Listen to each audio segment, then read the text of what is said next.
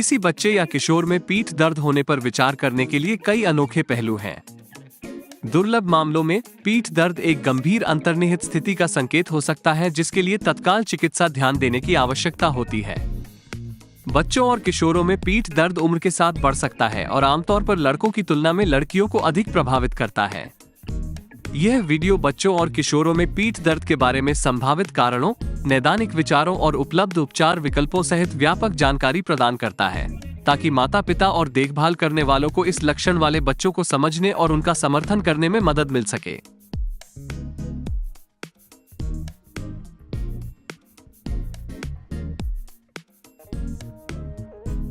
बच्चों और किशोरों में पीठ दर्द के सबसे आम जोखिम कारकों में खेल में भागीदारी, मोटापा, गतिहीन जीवन शैली, पीठ के निचले हिस्से में दर्द का पारिवारिक इतिहास, धूम्रपान या मनोवैज्ञानिक तनाव शामिल हैं।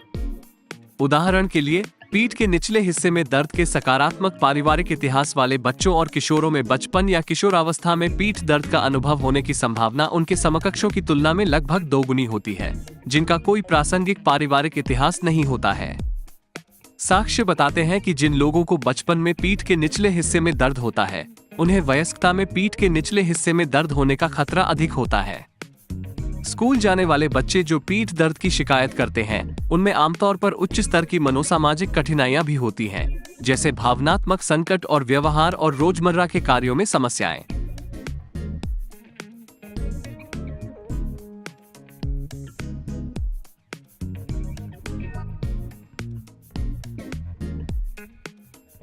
अंतर्निहित कारण के आधार पर दर्द पीठ के एक स्थानीय क्षेत्र तक ही सीमित हो सकता है या पूरे ऊपरी और निचले हिस्से को शामिल कर सकता है। बच्चों और किशोरों में पीठ दर्द के सामान्य, सौम्य कारणों में आमतौर पर निम्नलिखित विशेषताएं होती हैं।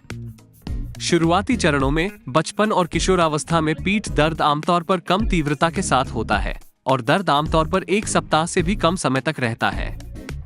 इस विशिष्ट आयु वर्ग में आमतौर पर पीठ दर्द की पुनरावृत्ति की उच्च दर होती है।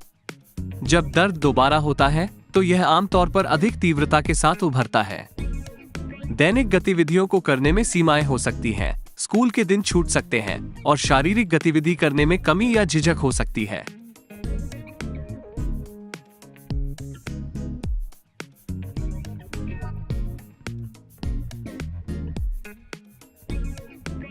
अंतर्निहित कारण के आधार पर बच्चों को कुछ प्रकार के पीठ दर्द का अनुभव होता है।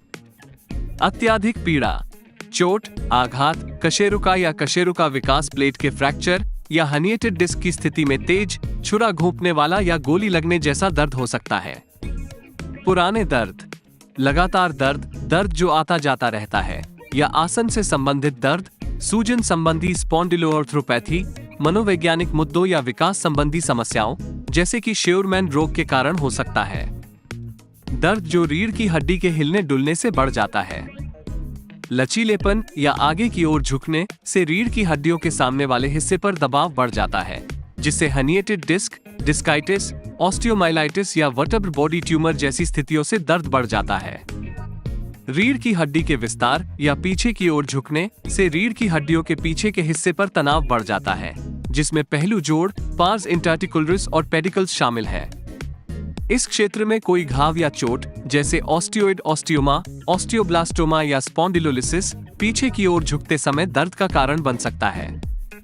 रात के समय दर्द होना, बार बार होने वाला दर्द जो रात में होता है और बच्चे को जगा देता है, आमतौर पर ट्यूमर या संक्रमण से जुड़ा होता है, जैसे कि osteomyelitis, discitis, osteoid osteoma, osteoblastoma, eosinophilic granuloma, aneurysmal bone cyst, leukaemia, Ewing sarcoma या रीढ़ की हड्डी के ट्यूमर। बच्चों और किशोरों में रात के समय पीठ दर्द के लिए तत्काल चिकित्सा की आवश्यकता होती है।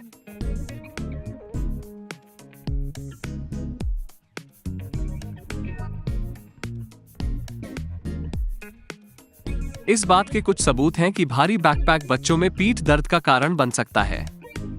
आदतन एक कंधे पर भारी बैकपैक ले जाने से असमान वजन की भरपाई के लिए क्षेत्र की मांसपेशियों में खिंचाव हो सकता है, जिसके परिणामस्वरूप कंधे और पीठ के ऊपरी हिस्से में स्थानीय या एक तरफा दर्द हो सकता है। भारी बैकपैक गर्दन की मांसपेशियों पर दबाव डाल सकता है, जिससे मौजूदा पीठ दर्द, कंधे का दर्द और बांह का दर्द बढ़ सकता है या बिगड़ सकता है।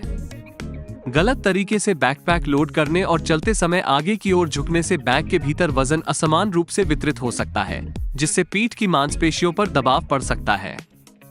अमेरिकन एकेडमी ऑफ पीडियाट्रिक्स के सबसे हालिया गैर साक्ष्य आधारित दिशा निर्देश सुझाव देते हैं कि बच्चे के बैकपैक का इष्टतम वजन बच्चे के शरीर के वजन के 10% से 20% तक सीमित किया जा सकता है।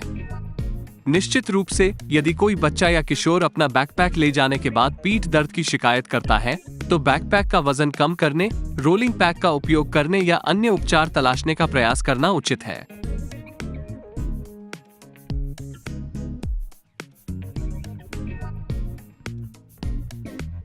तीव्र पीठ दर्द या पुरानी पीठ दर्द के बारे में किसी बच्चे या किशोर की किसी भी शिकायत को बाल रोग विशेषज्ञों द्वारा गंभीरता से लिया जाता है और आमतौर पर एक विस्तृत परामर्श दिया जाता है, जिसमें बच्चे के चिकित्सा इतिहास की समीक्षा, गहन शारीरिक परीक्षा और मनोवैज्ञानिक शामिल होंगे। यदि आवश्यक हो तो मूल्यांकन करें।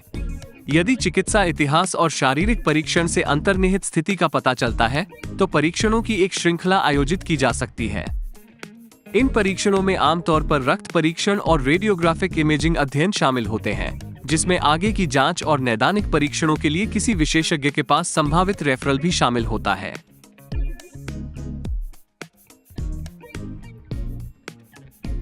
पीठ दर्द विशेष रूप से 10 वर्ष से कम उम्र के बच्चों में और विशेष रूप से 4 वर्ष से कम उम्र के बच्चों में पीठ के निचले हिस्से में गंभीर दर्द को गंभीर अंतर्निहित विकृति के लिए एक खतरे का संकेत माना जाना चाहिए, जिसमें शामिल हो सकते हैं वर्टेब्रल फ्रैक्चर, स्पाइनल ट्यूमर, संक्रामक रोग और कॉडा इक्विनस सिंड्रोम।